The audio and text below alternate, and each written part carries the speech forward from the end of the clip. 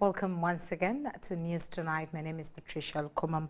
Let's delve straight into the bulletin. Now, President Museveni has ended his 4-day wealth creation tour to Bunyoro sub-region by holding a major public rally in Kagadi district.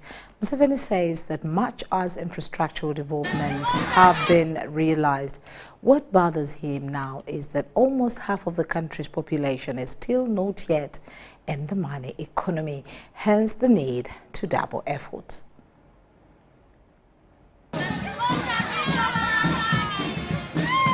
This procession marked the beginning of the last events of the 4 days presidential evacuation visit to Bunyoro sub-region.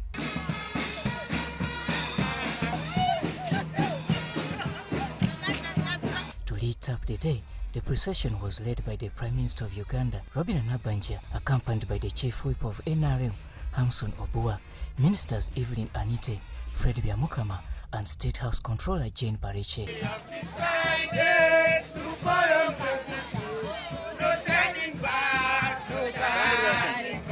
At the venue of Muhororo Primary School playgrounds in Kagadi district, Premier and her team arrived in style, although earlier the Omukama Ruhanga Obushobozi Bisaka had arrived.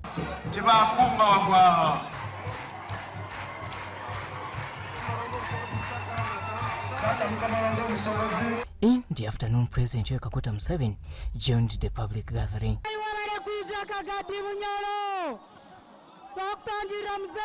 Bless us, protect us from all harm and danger. We make our prayer through Christ our Lord. Amen. After the prayers, the speech time was opened up by local leaders. Ntwenda kusima kutuha ba minister bebembirwe prime minister nibatuyambe kichweka munonga twaba twine issues nuba turukwirukira. The people of Greater Chibale, the people of Bunyoro, the people of Uganda shall be rejoicing and shall be glad in your leadership and the message you have carried to the countryside on wealth creation. Addressing the gathering, Prime Minister Robert Nabanja and Minister Dr. Chris Baryomusi highlighted the significance of wealth creation tours as initiated by the President. Nitwenda okusima imwe abantu ba Bunyoro abwo kwakira abantu abejire bakafurukira kunuya kandi kisize nitumanya nka muri tuli kandi nitumanya nguniwe wenka akusobola kutwara omumaiso abanya-Uganda bamazira yakwikiriza nguniwe wenka barasagika. And this is how President Museveni started up his address. Ati okuyumikya omunaku harumu ensonga emu eitwine okumanya. Abantu baitu abasoga bagamba mu rurimi rwabo ngo akange kakira kaife. And it is from this point that the President says poverty alleviation programs like PGM, NATS, Emyoga and among others must be embraced by Bunyoro sub-region. Mbwenaho nundu kugonza okuteka maana kigambo kya akange kakira akaife. Ingonza buli omu arigyo mbunaku niyo karitango eiturohadi. For the money lending business in Uganda, the President says their services are no longer needed since government has provided either free money or those with low interests. Sente ezumbere ni mwehora ombasuma banyu ba money lenders abena kuhora milioni emu hanyuma y'omwaka omusasura milioni 4. Hati ekyo ningonza okudibya omulimo gwa money lenders. Ningonza sente zabo zidibe bagende Kongo n'ahandi bagende kwiba abandi. With all these poverty alleviation interventions, the president is now disturbed with the continued charging of school fares in most government schools, a burden which he says has chased many learners away from school. Regarding calls from Bunyoro leaders to tarmac major roads in the area, Museveni promised that with the current strength of Uganda's economy, nothing will stop him from developing Uganda. For those evicting communities forcefully, the president strongly condemns such acts. This rally marks the end of the 4 days tour of His Excellency President Yoweri Museveni in Bunyoro sub-region. Robert Nyango, UBC News. Now, the Vice President, Jessica Alupo, Friday afternoon arrived in Windhoek, Namibia, where she is representing President Yoweri Museveni at the 35th Independence Anniversary and inauguration of the 5th President of the Republic of Namibia. The Vice President will join other world leaders at Namibia's Independence National Stadium for the swearing-in of the first woman president-elect, Dr. Netumbo Ndaitwa. Upon arrival, Hosea Kutako International Airport, the Vice President was received by Namibia's Deputy Minister for Gender Equality, Poverty Eradication and Social Welfare, Bernadette Maria Jaga, Uganda's High Commissioner to South Africa, Ambassador Paul Amoro, and Uganda's Honorary Consul to Namibia, Prince Joseph Ndaula, and Uganda's Military Attaché to South Africa, Colonel David Richard Lumumba, among other officials from Uganda's High Commission in South Africa and the Namibian Consulate in Windhoek. President-elect Nandi Ndaitwa, 72, also the incumbent Vice President of Namibia and Southwest Africa's People Organization, SWAPO, won the elections in November 2024 with 57.31% of the vote, beating 14 rivals and crossing the 50% threshold to avoid a runoff. Her victory extended SWAPO's rule in Namibia since independence. Namibia gained independence from Germany in 1990. She succeeds Dr. Nangolo Mbumba, who has served as interim president for a year since the death of the third president in February last year. President Netumbo Ndaitwa triumphed over a field of men to win Namibia's elections and make history by becoming Africa's fourth female leader. SWAPO's Netumbo Ndaitwa's main rival was Itula of the Independent Patriots for Change IPC.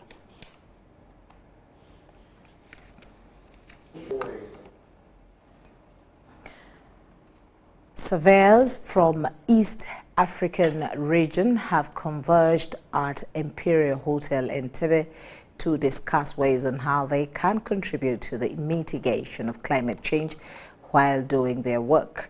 Uganda's Attorney General Kiriowa Kiwanuka officiated the conference and urged them to understand all the laws surrounding surveying in order to avoid the challenges they face while on duty.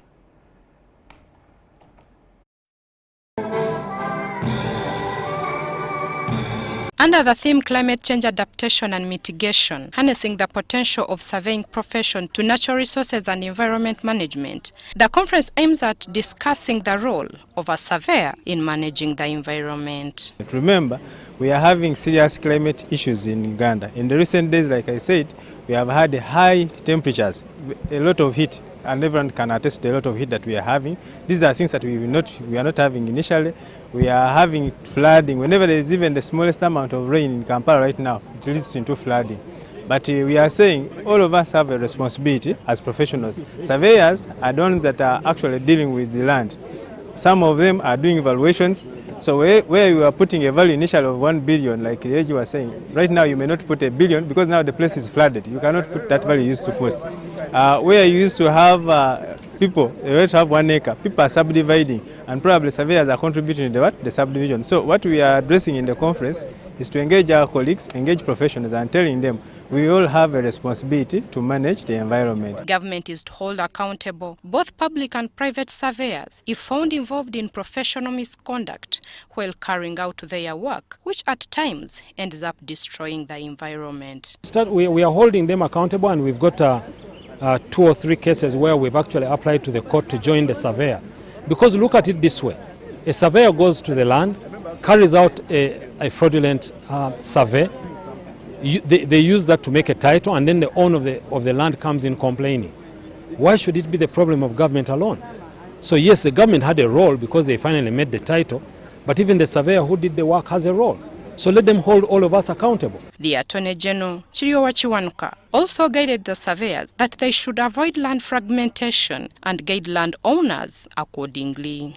The person, like I said, the Constitution affords that the land belongs to the citizen, and the land belongs to the citizen. So if the citizen has 2 acres and would like to fragment it into 0.1 portions of 0.1, it's entirely the right of the landowner.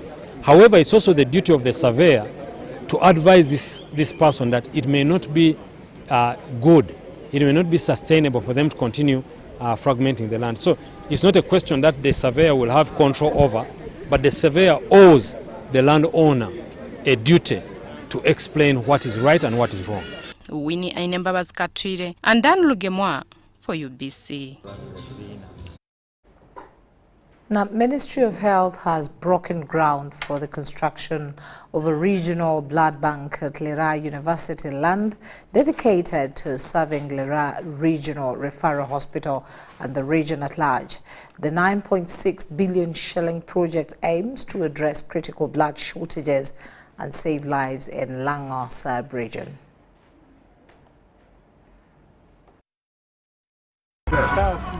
The project, which includes 5.6 billion shillings for the construction and 4 billion shillings for equipping, is expected to significantly enhance blood storage and supply capacity. The design you have in front of you is the first of its kind.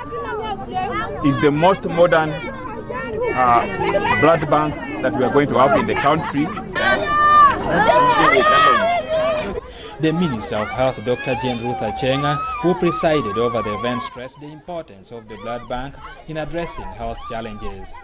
The need for blood in this region is huge because it is one of the areas that has a very high prevalence for sickle cell anemia.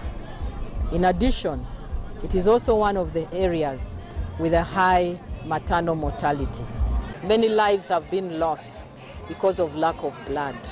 And therefore I want to appreciate the Ministry of Health and the government of Uganda for this decision. She highlighted malaria as a leading cause of anemia in the region and urged citizens to embrace the upcoming malaria vaccination. Northern Uganda bears the highest burden of malaria. The construction will be undertaken by UPDF Brigade. Speaking at the groundbreaking ceremony, Dr. Andrew Du, the director of Lira Regional Referral Hospital, noted that the hospital uses over 60% of the blood supplied in the region. The facility will save countless lives, especially for the large number of sickle cell warriors in the region. We are running a dialysis service that also requires a lot of blood. This infrastructure and investment is in the right place. Dr. Charles Olaro, the Director of Health Services, reiterated the government commitment to establishing blood banks in every region. My call to all of us now, let's embrace donation of blood so that this blood bank has blood which we can be able to use. The Lango sub-region, which bears a high burden of sickle cell disease and other life-threatening conditions, is set to benefit immensely from this facility. On behalf, the land for the project was generously donated by Lira University to supporting Lira Regional Referral Hospital. What? Edi Ulwa, UBC News. Thank you very much, the Edi Ulwa. This Friday, healthcare professionals, policy makers and educators convened at Protea Hotel, Kampala for emergency nursing high-level stakeholders meeting and the first emergency nursing symposium event The event focused on improving emergency nursing care, tackling existing challenges and shaping the future of critical care in the country. Sciences in the first years of the course. Stakeholders shared best practices and explored innovative solutions to enhance patient outcomes. A major highlight was discussions on developing a master's curriculum in emergency and critical care nursing, a move expected to strengthen Uganda's healthcare workforce. Geriatric nursing is going to be one of the most needed services in the not far future. In the next 10 years, there will be very many who will be above 60 and maybe above 80. That number is going to grow. We must advocate for the policies that support professional development, invest in specialized education, and promote excellence in practice. By working together, we can empower emergency nurses, strengthen health system, and ultimately save more lives. With emergency medical services under increasing pressure, experts emphasized the need for improved training and better equipped personnel. Experts also underscored the urgent need for policy reforms, increased investment in emergency care infrastructure, and continuous professional development for nurses. Dr. mentioned, when our patients come, the first, what they pick is how do we respond to them. The rest will be there. You will do the best, but your communication with this person is the most important thing. What have you said? You may do the best procedure, but if your communication has not sunk well, the person will not be able to perceive it very well. And I believe all of us love the profession. Let's do our best and let's work with others in collaboration so that we put nursing care in the patient's care as one of the key things, such that every and each person can support us to deliver that effectively. They highlighted real cases where better training and resources could have significantly improved patient survival rates. Participants also agreed that collaboration between government agencies, healthcare institutions and training bodies is essential to building a resilient emergency nursing system that can effectively respond to Uganda's growing healthcare demands. To achieve meaningful progress, we need to strengthen collaboration between government, that is the political arm, the academia, the healthcare institutions, and development partners. We must invest in capacity building, policy advocacy, and infrastructure development to ensure emergency nurses are well equipped to provide high-quality care. The symposium marks a significant step toward advancing emergency response systems and ensuring quality health care for all. Sandra Kahonde, Robert Katamba, UBC News.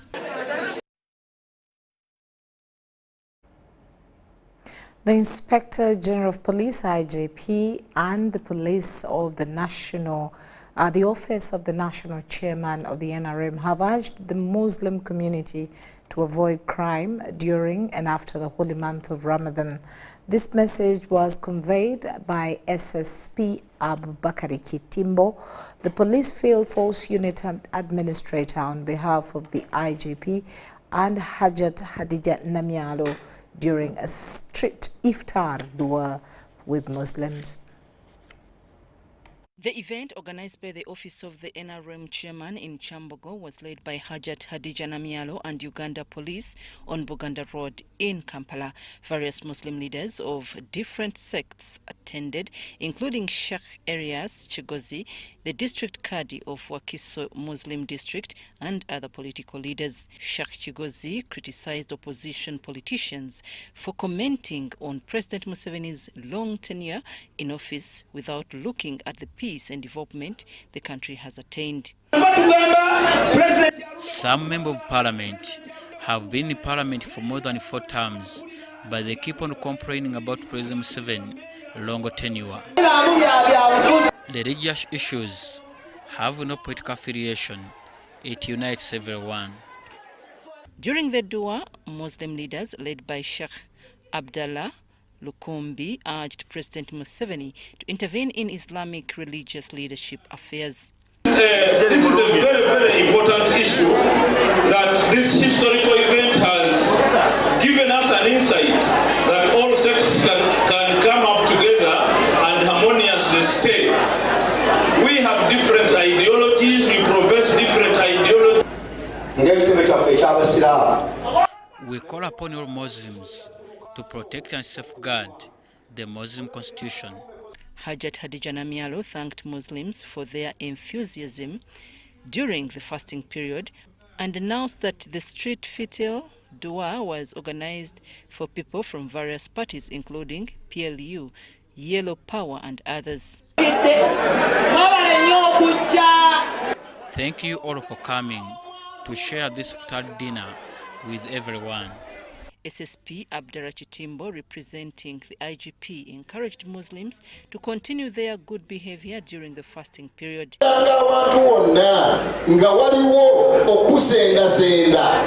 As Muslims, we should not engage in illegal activities contrary to Allah's will and the Constitution of Uganda. The event concluded with farewell iftar dinner, where many Muslims thanked President Museveni for always remembering them during Ramadan period.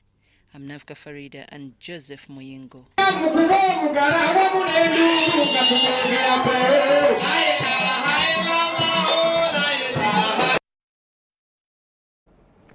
Enjoying the Ramadan season there. Now the office, that's the Minister of State for Kampala, Capital City and Metropolitan Affairs, Kabuyecho Fatogabye, has urged Ugandans to join the forthcoming Kabaka birthday run, whose aim is to combat HIV/AIDS. The minister was attending a Thanksgiving event, which was also attended by the Archbishop of Kampala, Paul Semogerere.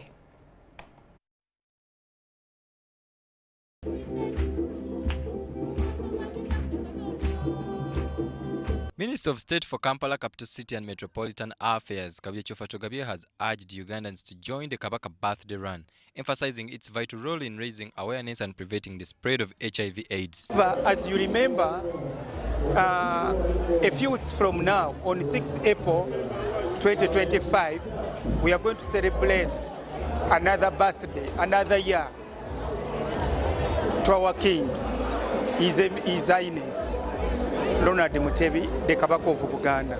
So the birthday run is actually an annual event which has been occurring for quite very many years. But the most important thing is the theme of the run. Now this year, the theme is the Sabasaja or the Kabaka is asking us, especially the men, to take a lead in the fight against HIV. The minister also shed light on President Museveni's wealth creation initiative and urged citizens to actively participate in it in order to reap its benefit. You are all aware the president is touring the whole country under what we call the wealth creation tours. However, in his tour, the president is telling us to distinguish between a household income or household wealth from the social and the big developments we see in the place. I always tell people the government has done everything we really need in our localities. This was at a Thanksgiving ceremony for the senior 6 candidates at the Queen of Martyrs SS Kigoma. In attendance was the Archbishop of Kampala, Paul Semogerere, who urged parents to choose godly institutions and encouraged learners to positively support each other. Particularly, do 3 things as we are required during this season of Lent: to mortify ourselves, that is why we fast. It's very important. Not to take care of our brother and sister who are in need. Let us heed to the voice that we have heard in the gospel today, where this rich man is calling on Abraham. Bantu Machabe Semambo, UBC News.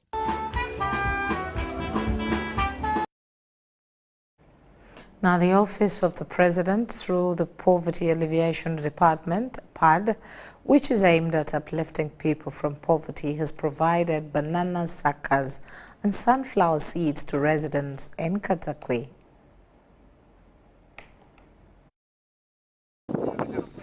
The Office of the President has distributed sunflower seeds in Katakwi and Bodaka district as part of ongoing initiatives under the Poverty Alleviation Department aimed at lifting people out of poverty. Lydia Balemezi handed over the inputs on behalf of the head of department, Joan Kakwenzire, to over 60 residents from Marosiakan, Arumon, Aliang, A and B in Katakwi district.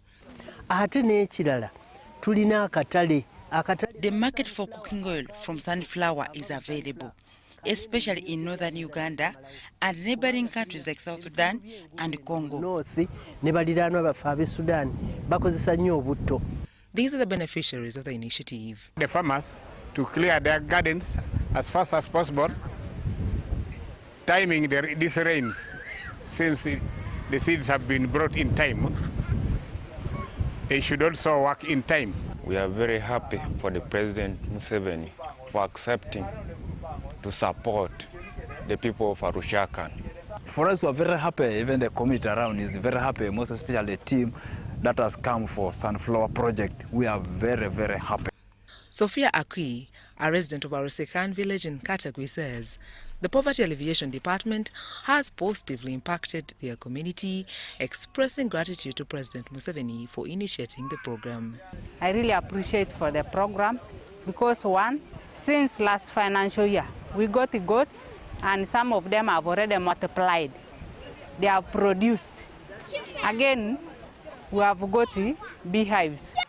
Relatedly, the Poverty Alleviation Department distributed banana suckers to residents of Kataka, Kalapente, Kotolo and Sala in Kibuku district. I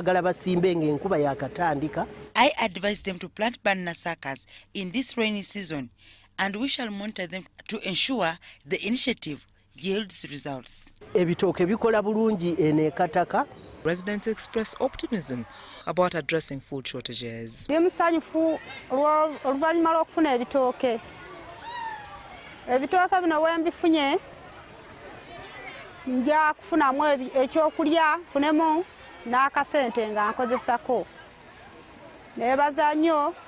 waffe Yoweri Kaguta Museveni okutuwa ebitooke bitujjeko gye tubadde. Oluvannyuma lw'okusimba ebitooke byaffe bibeereko obwana, tugenda kubujjako tuweeko n'abalala nabo bakole ki, basimbe biwune LC yaffe, parishi yaffe ne district yaffe okutwaliza awamu. Tufunye ebintu bingi mu sub county yaffe era kyova olaba nebaza amakaga wa president. Mu kulaba kwange ebitooke bino bigenda otuyamba mu maka gaffe nga okufuna emmere. The Poverty Alleviation Department initiative under State House was launched in 2000 with the goal of eradicating poverty. It has since impacted many communities in different regions. Sandra Kahonde, Andra Sebera, UBC News. A research on women's sexual reproductive health rights reveals rising female mortality due to reproductive cancers and the neglect of sexual and reproductive health rights among the vulnerable in Uganda. This report was disseminated by the International Care for Research on Women, highlighting the need to intensify investment on research for sexual reproductive health. The report on the sexual reproductive health rights highlights gaps in national representative data on reproductive cancers and STIs. Issues around reproductive cancers, where there is some evidence here and there, it's not consolidated in any form. And we also have issues, lack of data on some of the sexual rights and needs of the elderly population. But this is a very critical population in Uganda. The International Center for Research on Women cited gaps of sexual and reproductive health rights towards the elderly, often overlooked in favor of the youth. Focus for sexual reproductive health and rights has been so much on sexual reproductive health for the age group 15 to 49. There is no evidence, there is no data. There is so much that is lacking in this area.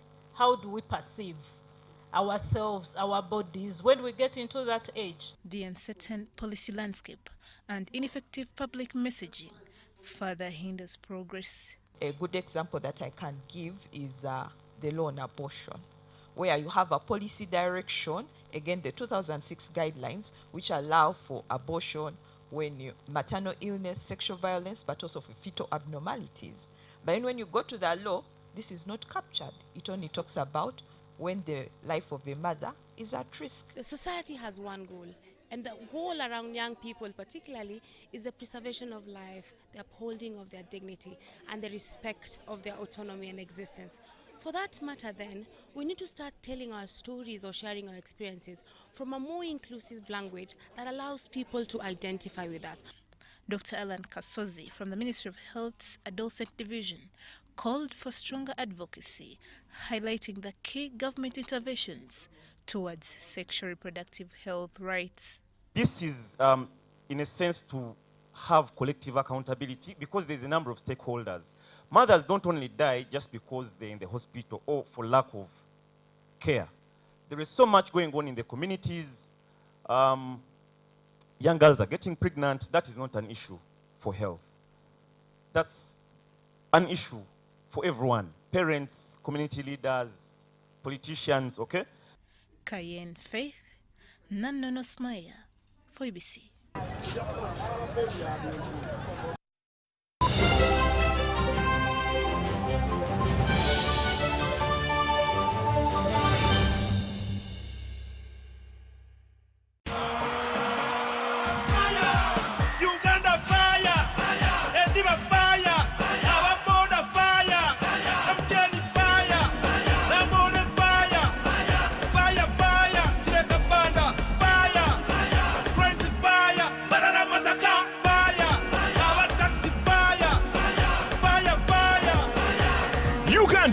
Fire! Buy your tickets through MTN Momo on *165*20# and come support Uganda Cranes. Proudly brought to you by MTN. With MTN, our football and our support is unstoppable. We are unstoppable. We are good. With MTN. We are what? Unstoppable. We are what? Unstoppable.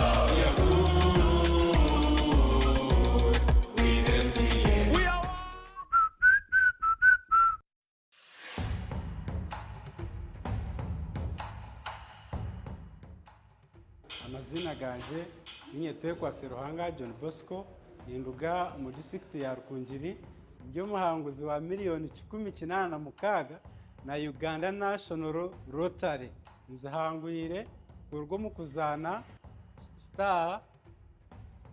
*278# ngafuna message erikweka mu muhanguzi nashemererwa konka nabaza kugira ngo neri y'abafere sente ziriyo zone bakaziteka nko nazihangwira. Uganda National Lottery. Dream, play, win. Participants must be 18 years or older. Play responsibly. The Uganda National Lottery is operated by Ituba Uganda and regulated by the National Lotteries and Gaming Regulatory Board.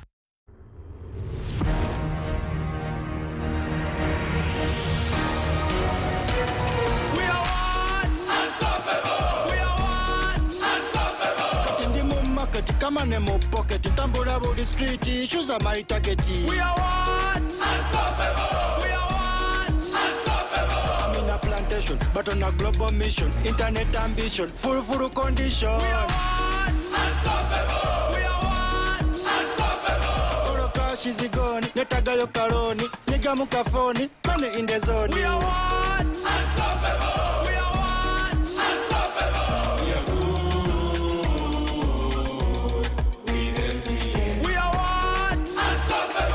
With you and MTN together, our ambition is unstoppable. We are what? Unstoppable!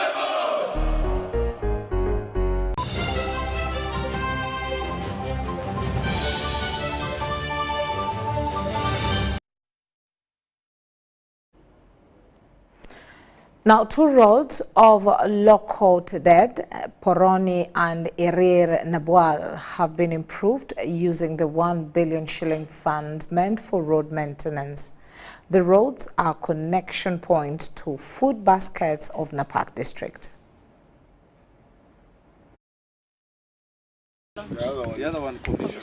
Works on the 45-kilometer Lokotedet Poroni Road and 18-kilometer Iriri Nabwal Road in Napak district have commissioned. The two roads cost 504 million shillings and 345 million shillings respectively for maintenance. Both roads have been impassable, especially during rainy season. In the financial year 2023-2025, Napak district received 1 billion shillings for road maintenance, and the district has so far managed to work on these two roads which were recently commissioned. The area leaders say improvement at the road will help enhance the market and improve service accessibility in Napak district. Is that yes, the work has been done and there is value for money. I want to appreciate the central government for funding the road work. And I also want to thank His Excellency the President for developments in Karamoja. Roads are meant to boost the market access of the farmers to their produce and also improve access to services such as health and education. And so we are seeing this as a benefit to the people, and also it is. On the contrary, the district leadership, education and engineering departments were not happy with the works at Nabwal Primary School. The resident district commissioner declined to commission the two classroom blocks after citing cracks.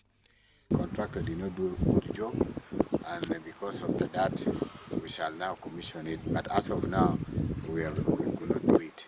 We have deferred it until it is rectified. Now reduce the burden of people trekking more than 2 kilometers to access safe clean water. However, the construction of piped water at Iriri Sea. The water project worth 260 million benefits the community of Iriri sub-county.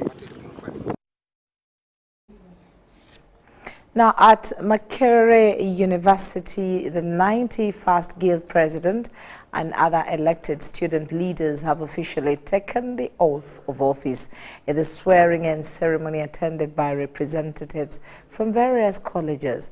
The event held today marks a new chapter in student leadership at Uganda Premier's Institution. The newly sworn-in Guild President, alongside elected representatives from different colleges, outlined key priorities for their tenure, including addressing students' welfare, academic concerns, and engagement with the university administration.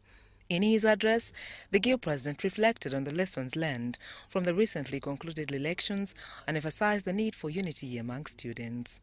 A team makes the election, a team makes the campaign. You as an individual, you contribute very little.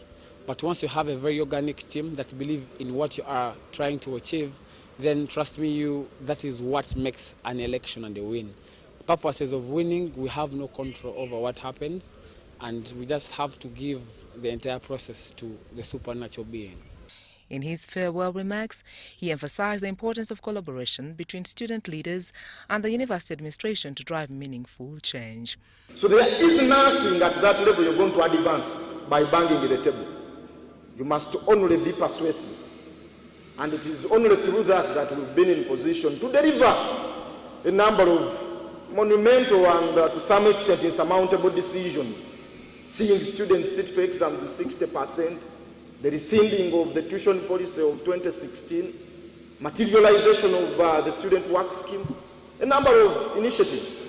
Professor Mukadasi Buyenza highlighted the institution's commitment to working closely with student leaders to enhance the learning environment and promote dialogue on key issues affecting the student community. To lead in the university, I want to encourage the new leadership to develop a culture of dialogue and consultative leadership. Let them dialogue with management, with government, and all stakeholders, because we have a common goal.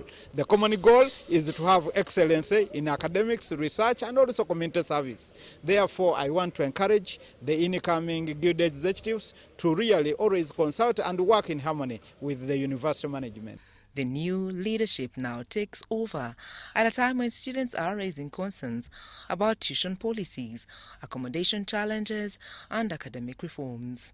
To the concerns of Ugandans at large, not just putting in a cage of university issues, a culture whereby leaders at Makerere University were stakeholders even outside in the politics and the leadership of the common Ugandans. We shall continue to raise our voices and to add our contributions towards fighting for what is right and promoting the peace of the country. Students and stakeholders alike will be watching closely to see how the 91st leadership delivers on its commitments. Sandra Kahonde, Robert Katamba, News Tonight.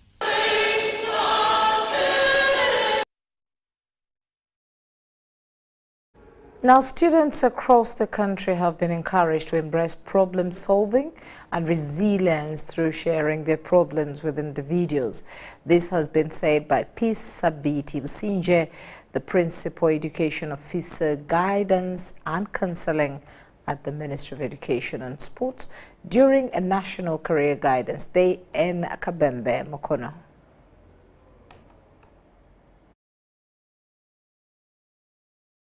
The Principal Education Officer, Guidance and Counseling at the Ministry of Education and Sports, Peace Sabiti Businje, has acknowledged the struggles and annoyances that young people face and encouraged them to seek help and share problems with others. I want to urge you young people to reduce from the anger that you're exhibiting these days. You get so annoyed and you end up doing what you should not have done.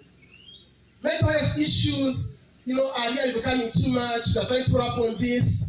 Girls and boys, when you get annoyed, get someone to share your challenge with. Don't take your life because you're annoyed. Because your father refuses to take you to this school. Because they refuse to fight for you this.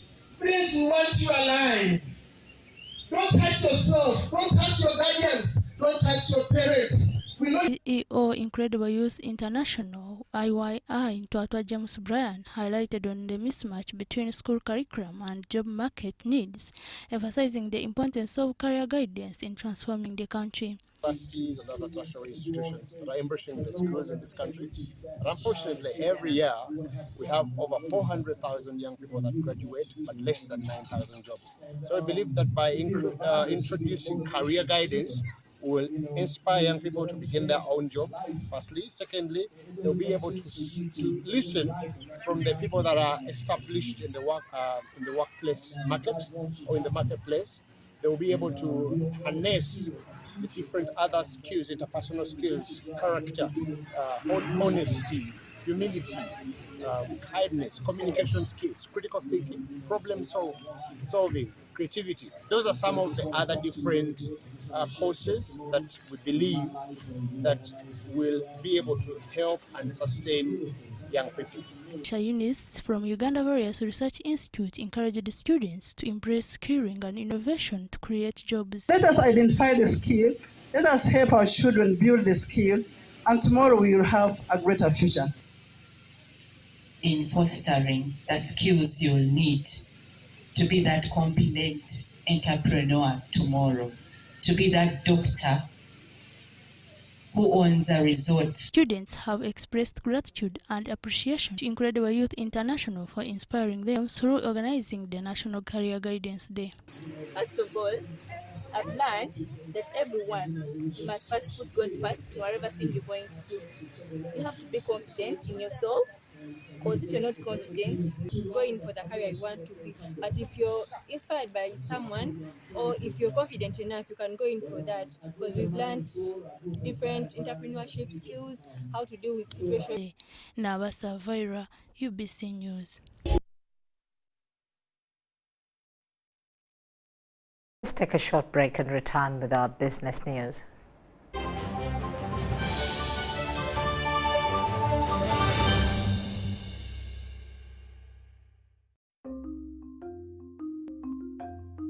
Agriculture is Uganda's economic backbone, employing about 70% of the working population and contributing 20% of the GDP. As the world becomes a digital global village, ICT has proven to increase productivity in the agricultural value chain. UCUSAF, through its Strategic Plan 3, recognizes the importance of access and usage of ICT-based tools, information and knowledge for farmers by providing them the needed skills to live, learn, work and participate in a digital society. We came up with a project which we took to UCSAF, and we're happy that UCSAF supported it. That project is called ICT for Farmers. What did we get from ICT for Farmers? We managed to skill up to 100,000 farmers.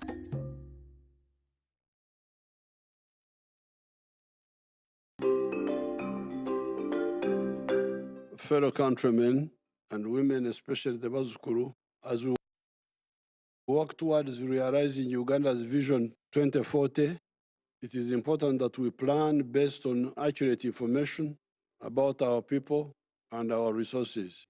I therefore would like to announce the 6th National Population and Housing Census that will start on the 10th of May 2024. The information from the National Population and Housing Census will support government.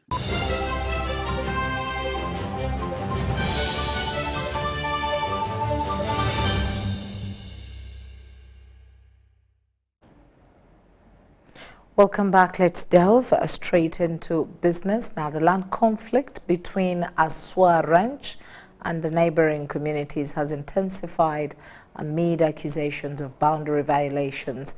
The dispute has disrupted ranch operations, notably hindering the deployment of new machinery for agriculture mechanization on the contested land. Let's hear more from Joseph Oku.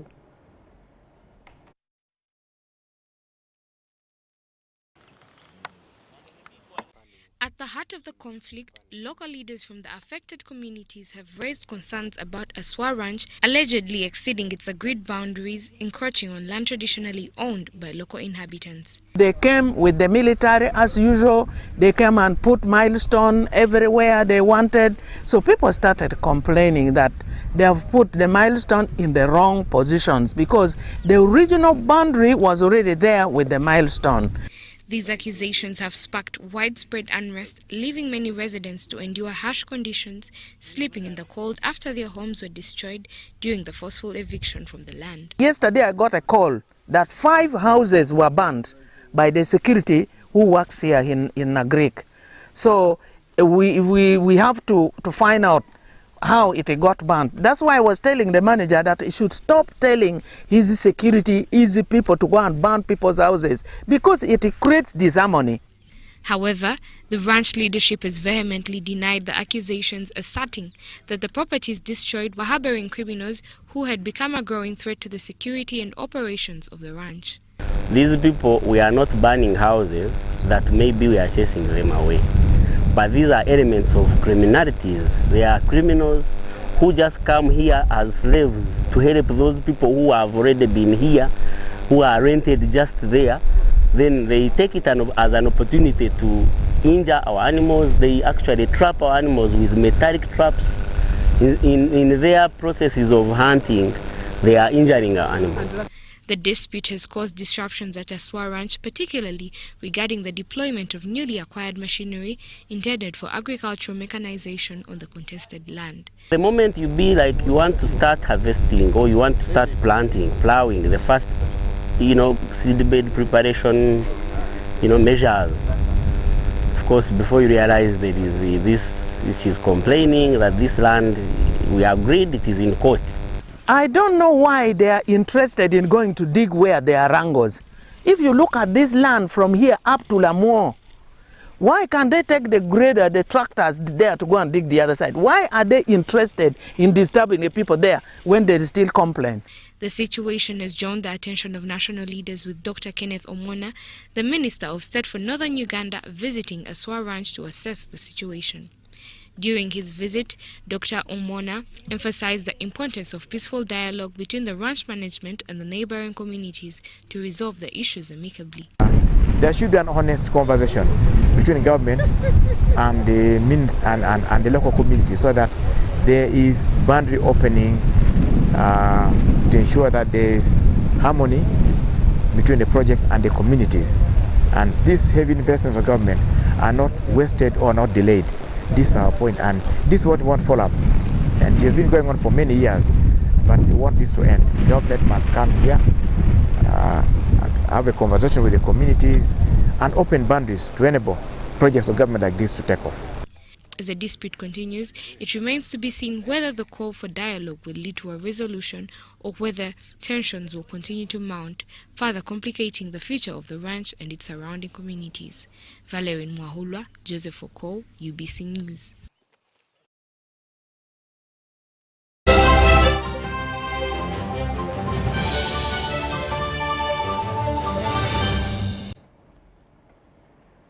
And into sports, Uganda's football fraternity is mourning the passing of Edward Mperese Nsubuga, a former Express FC treasurer and chairman of the Mamba Clan Football Club. From humble beginnings as a small trader in Bachijulula, Luwero district, Mperese built a business empire spanning multiple industries. Let's see more in the story. Widely known as a king of trading, in the 1980s and 90s, Edward Mperese Nsubuga was also a passionate supporter of sports. He played a pivotal role in the growth of Express FC and the Mamba Clan Football Club.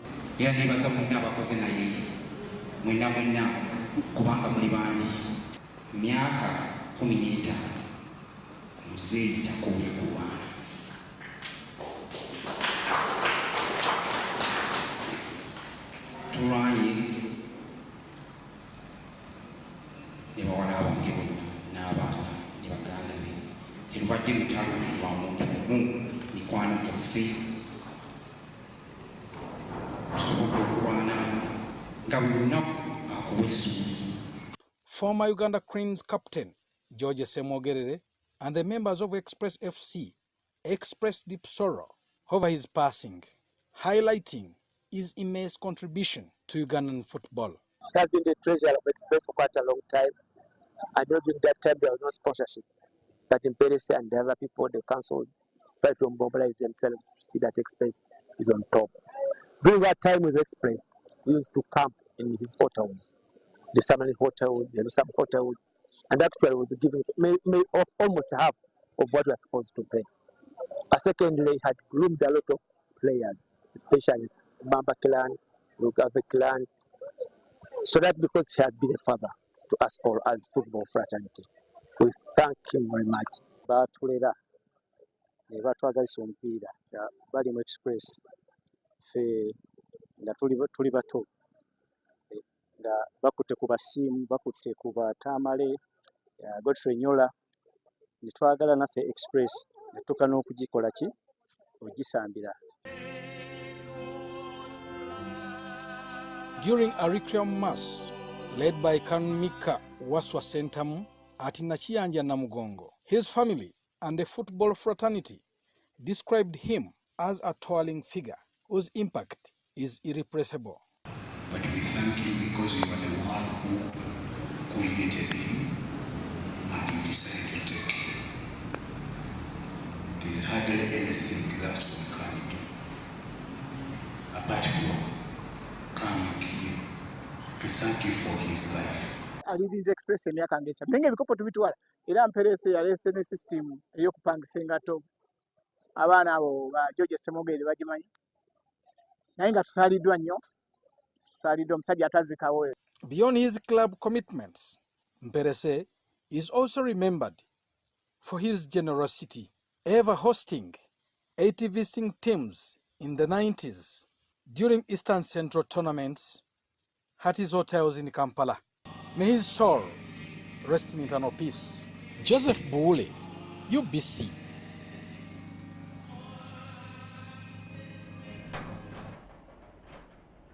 May his soul rest in eternal peace. And of course, with that story, that brings us to the end of News Tonight at 10. My name is Patricia Lukoma Mpango from the entire news team. It's a good night, but UBC programming continues.